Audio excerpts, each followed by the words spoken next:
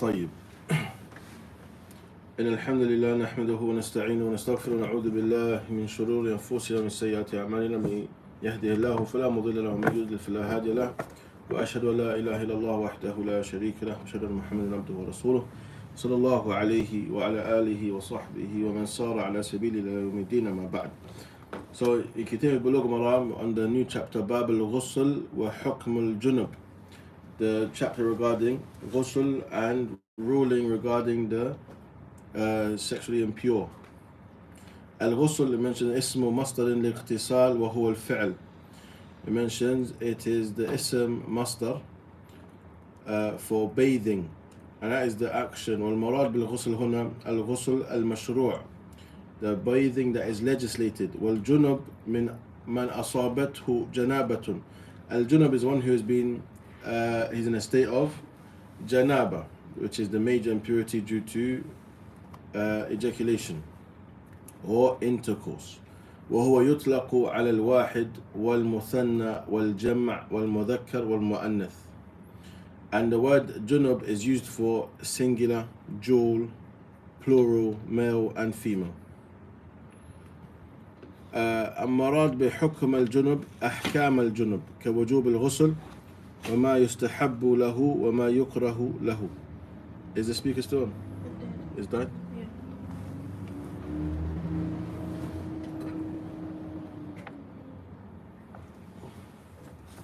There's no charger for it.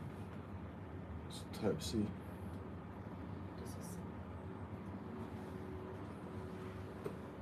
Where's the charger for it?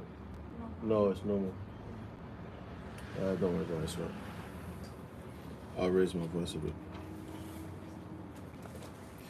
Naam. So when it comes to the rulings of al-junub, then it's the obligation of bathing, the way that is legislated, and also what is recommended and that which is disliked for them. And the first hadith it mentioned is hadith number 94 according to the English translation. عن أبي سعيد الخدري رضي الله عنه قال قال رسول الله صلى الله عليه وسلم الماء من الماء رواه مسلم وأصله في البخاري. It mentions الماء من الماء, meaning water of ghusl is due to the water of intercourse. وعن أبي هريرة رضي الله عنه قال قال رسول الله صلى الله عليه وسلم إذا جلس بين شعبها الأربع ثم جهدها فقد وجب الغسل متفق عليه. وزاد مسلم وإن لم ينزل. So I mentioned if one of you sits between the four parts of a woman and has intercourse with her, meaning penetration, as in the Sahih Muslim says, even if you don't ejaculate, then it's obligatory to perform ghusl. I mentioned both of these hadith are evidence on the obligation of al-ghusl min al-janaba. And this is by way of the Quran, by way of the Sunnah, and by way of ijma', consensus. It's an obligation to make ghusl after being in a state of janaba, based on the ayah وَإِن كُنْتُمْ جُنُبًا فَطَهَّرُوا. Allah mentions Surah Al-Ma'idah, ayah number 6. When you are in a state of janaba, then purify yourselves. وَالْمَرَادْ بِالتَّطَهُّرِ الْغُسْل. And the intention behind the word at-tatahhur, purification here, is al-ghusl. ولا جنبا إلا عابري سبيل حتى تغتسلوا. In Surah An-Nisa, when I mentions that not to sit in the masajid if you are in a state of janaba, unless you are traveling, until you perform al-ghusl.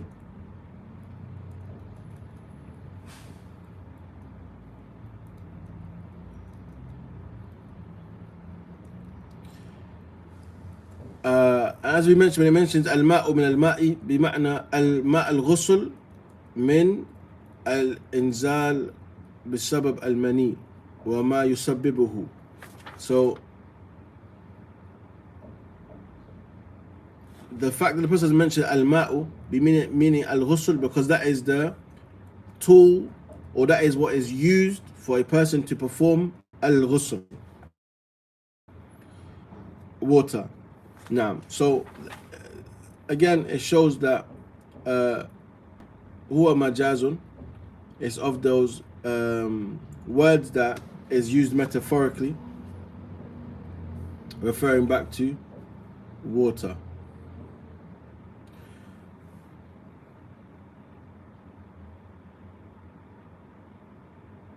And if this hadith was to be used by itself without the other evidences, then you would understand that ghusl is only if a person ejaculates. However, by combining all of the evidence mentioned in this, then we know that وَإِن لَمْ يُنزِلْ, even if a person does not ejaculate, the fact that penetration occurs, then ghusl is wajib.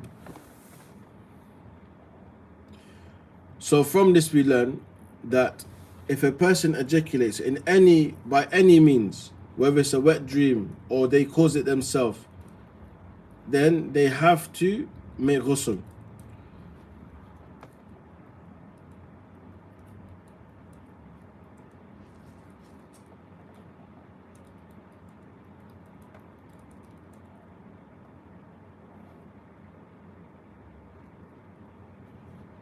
And also at a time, there was some of the Sahaba who,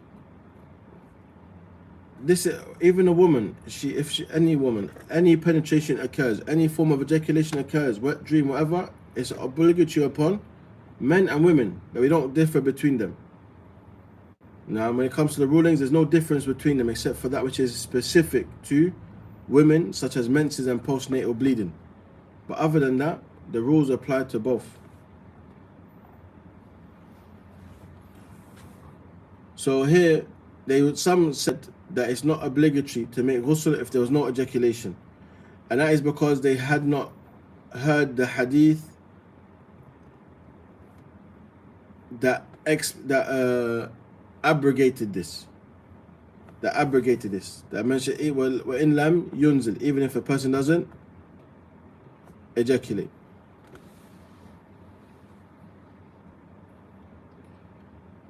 And more than one scholar has narrated that there's consensus that a person must take the ritual bathing, al-ghusl, even during intercourse, if intercourse has happened, even if they do not ejaculate.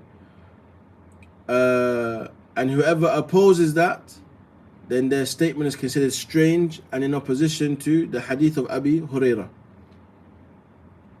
that we mentioned, that if whoever sits between the four parts of the woman and then has intercourse but does not ejaculate, even if they don't ejaculate, then they have to perform ghusl.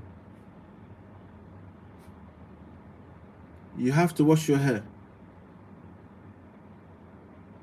We're going to talk about how to perform ghusl, but you have to wash your hair. Anyone know? Ghusl is the same for all, but you have to wash your hair, the man and the woman alike.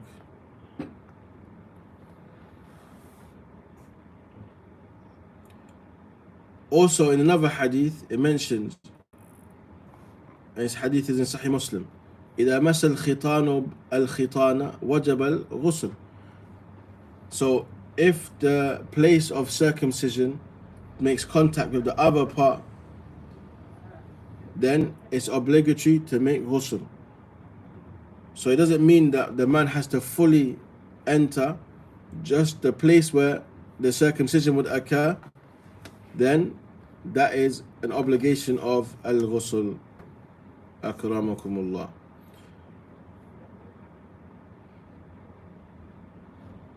And also you can see within the Sharia, this is the beauty of the Arabic language, and that's why English is a bit annoying in this regard, because the language that is used in the hadith are more befitting words of humility, but it's very difficult to say similar things in English. But in Arabic it's clear. Translation is a bit problematic at times to find the most appropriate wordings. But you can see the Sharia observes always even speaking about matters in the best way. For example, man ata zawjatu, whoever comes to his wife, approaches his wife, meaning to have intercourse. It doesn't say whoever just has intercourse. It doesn't ever speak in a raw fashion, but in English, it's a bit difficult to translate the wording of the hadith to get a true understanding without facing these difficulties in the language. But alhamdulillah, as an encouragement to learn Arabic also, and also observing the beauty of the Sharia, that it does take these things into consideration. Even when it says, for example, between her 4 body parts, and that means her thighs and her shins. So again, it's very conscious of the words that are used.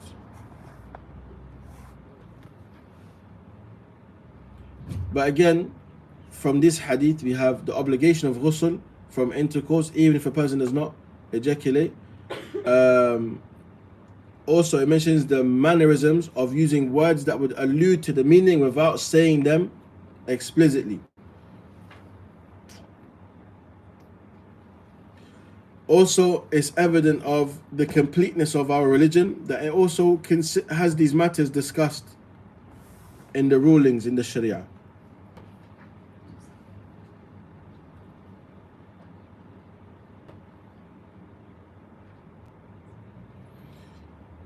Then we have the hadith of Salama, أن سليم وهي امرأة أبي طلحة قالت يا رسول الله إن الله لا يستحيي من الحق فهل على المرأة الغسل إذا احتملت أو إذا احتلمت قال نعم إذا رأت الماء. الحديث متفق عليه. In this hadith, Sulaim, she mentioned, "Oh Allah's Messenger, Allah is not shy of the truth. Is ghusl compulsory for a woman when she has a wet dream?" And he replied, yes, if she sees signs of discharge. وعن أنس رضي الله عنه قال قال رسول الله صلى الله عليه وسلم في المرأة ترى في منامها ما يرى الرجل قال تغتسل. متفق عليه. It mentioned in this hadith that if a woman sees what the man sees within a dream, which means that ejaculating whilst in the dream, having a wet dream, like a man, should she perform ghusl? Or what should she do? He says she performs ghusl. She should perform ghusl. That's also evidence that there's no difference between the man and the woman in the rulings of the Sharia, except for that which is specific to either of them. But the general rulings are shared between both. أن زاد مسلم فقالت سلمة وهل يكون هذا؟ قال نعم فمن أين يكون الشبه؟ It mentioned that Salama asked, and where does this actually occur? Is this the case? And he said, yes, from where does the resemblance come from? The resemblance of the child come from? Meaning that some mention, akramakumullah, in terms of marital intimacy, depending on who reaches the that point first, that would have an impact on who the child resembles, the father or the mother. And that's based on that portion of the hadith that mentions نعم فمن أين يكون الشبه. Yes, so where does the resemblance come from? But this is not something that is qat'i. Doesn't mean that this is 100% the case, but this is from those things that are mentioned. So a person should have manners and not be thinking, oh yeah, whoever the child resembles, that means this. It doesn't necessarily mean that. No. This shows a number of things, this hadith. These are hadith. One, the virtue of Sulaim, that she asked regarding or the question that she asked regarding her religion, and the best way she asked it. So by saying Allah is not shy from the truth, that is saying something that might be a bit, a person might feel shyness to ask such a question or to be asked that question. So it mentally prepares a person. So it shows there's mannerisms also in how one asks a question. And you find, I've said it a number of times, akramakum Allah, sometimes a thing that is not so comfortable to talk about, either from a shy nature or because it's something that it's not something that you want to imagine. You find scholars, they will say akramakum Allah, may Allah honor you, stuff like this. When talking about one relieving themselves and the likes, they will have these mannerisms in talking about these topics.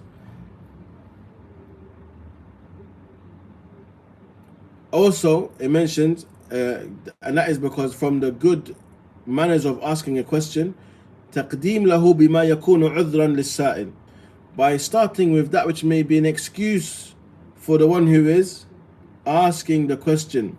So when she said, إن الله لا يستحيي من الحق, Allah is not shy or shamed from the truth, then don't take me to account for that which I'm about to ask you and say it's from a lack of shyness or a lack of modesty. When it comes to the religion and asking for knowledge, there is no shyness in that. There's no shyness in that. Also, this is an affirmation of the attribute of shyness to Allah subhanahu wa ta'ala. And Allah لا يستحي من بيان الحق ولو كان بما يستحيا من ذكره وقد أخبر الله تعالى بذلك عن نفسه في آيتين من كتابه. It mentions Allah subhanahu wa ta'ala is not shy to clarify the truth, even if it's something that a person may be shy to mention. Or, a person may be shy to mention. Allah's mentioned that twice within the Quran.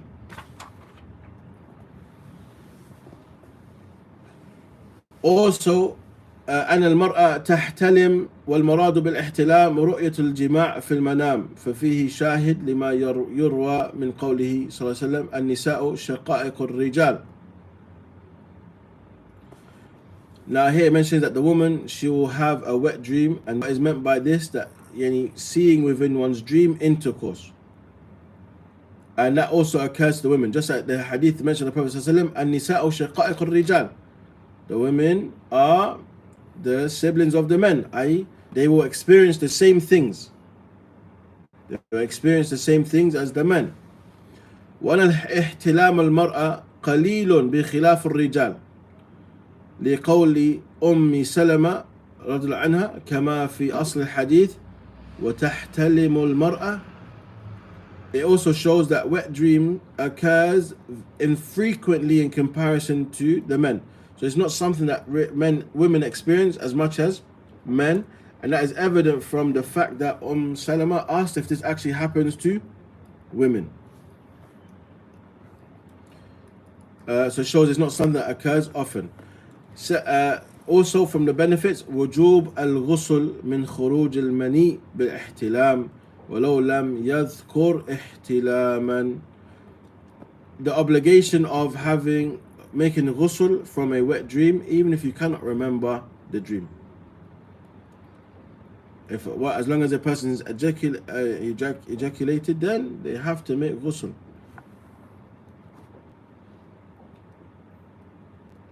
And also, this is based on seeing the fluid. Because the person may feel something happened in their dream, but nothing came out of them. There's no fluid that came out, no sexual fluid came out, so the person does not have to make ghusl. As mentioned, it's not an obligation to make ghusl just because you had a wet dream. The condition of having to make ghusl from a wet dream is if you ejaculated.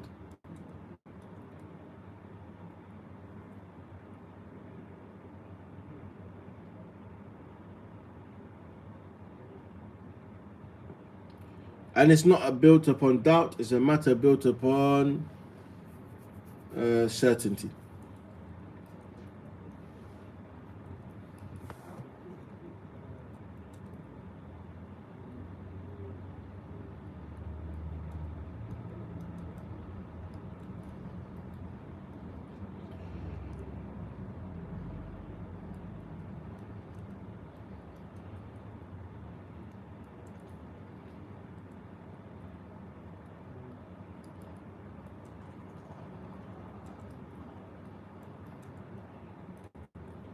Also, it mentions that the child is created from both the ejaculation of the man and the woman, and the resemblance occurs based on that.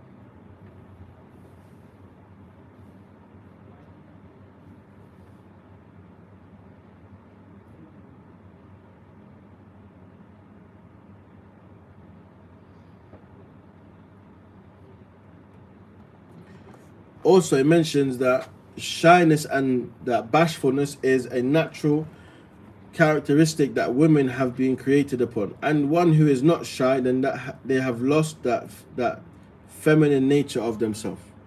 One who isn't shy in that regard has lost their feminine nature.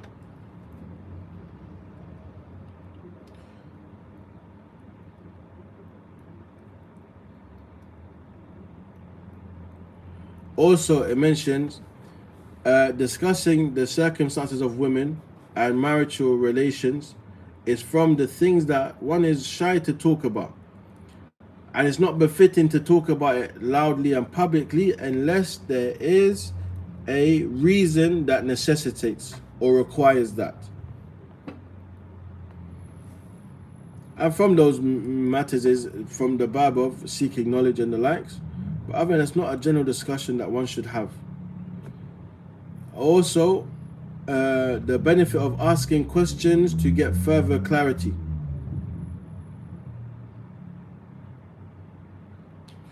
And this is also evident of the tolerance of the Prophet Muhammad sallallahu alaihi wasallam and his reception of questions.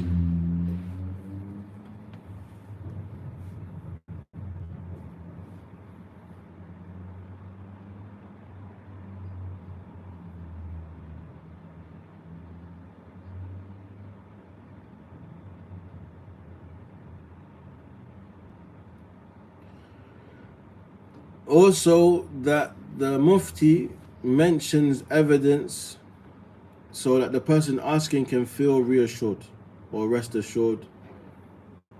No. But he mentions sometimes it's not an obligation to mention the evidence. No.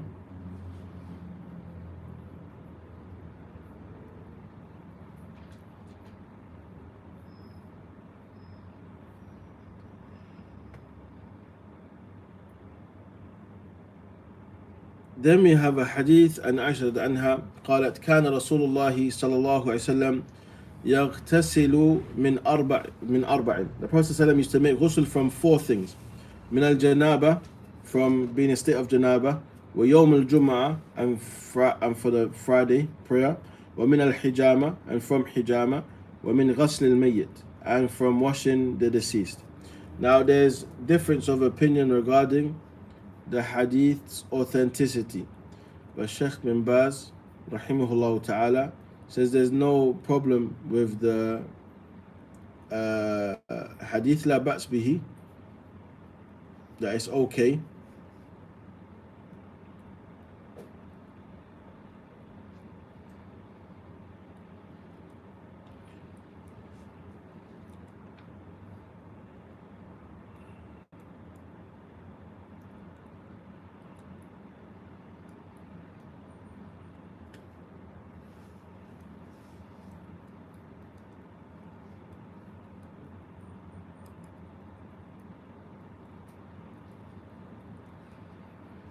And of the things that is mentioned, the reason why they have this discussion is because they say the Prophet Muhammad never, it's not authenticated that he actually washed the deceased, that he actually performed ghusl al-mayyit.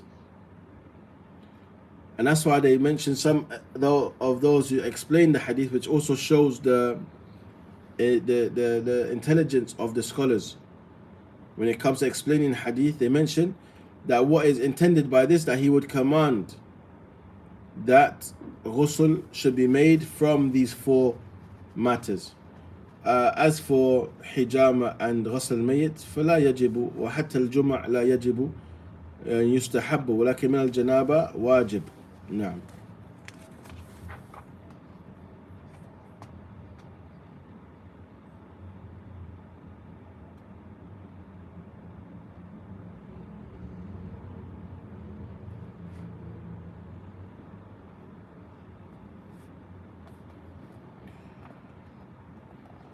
And that's what I mentioned. For ghusl al janaba, that is something that has consensus. As for making ghusl for Friday and ghusl from after having cupping done, hijama, or after washing the deceased, then this is all recommended and not an obligation.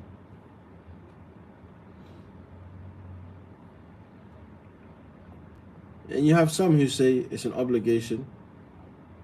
However, majority of the scholars are on the opinion that it's not an obligation after washing the deceased to make ghusl. Nor does it break one's wudu. As you have some who say that also. ولكن إن شاء الله الصواب أنه لا يبطل الوضوء والله تعالى أعلم.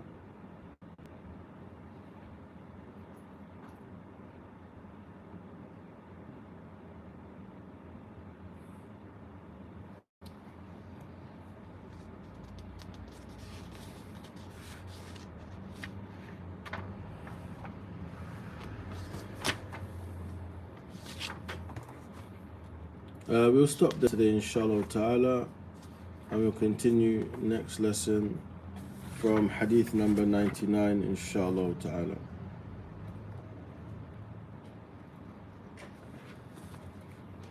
اللهم صل وسلم على نبينا محمد وعلى آله وصحبه أجمعين. جزاكم الله خيرا. السلام عليكم ورحمة الله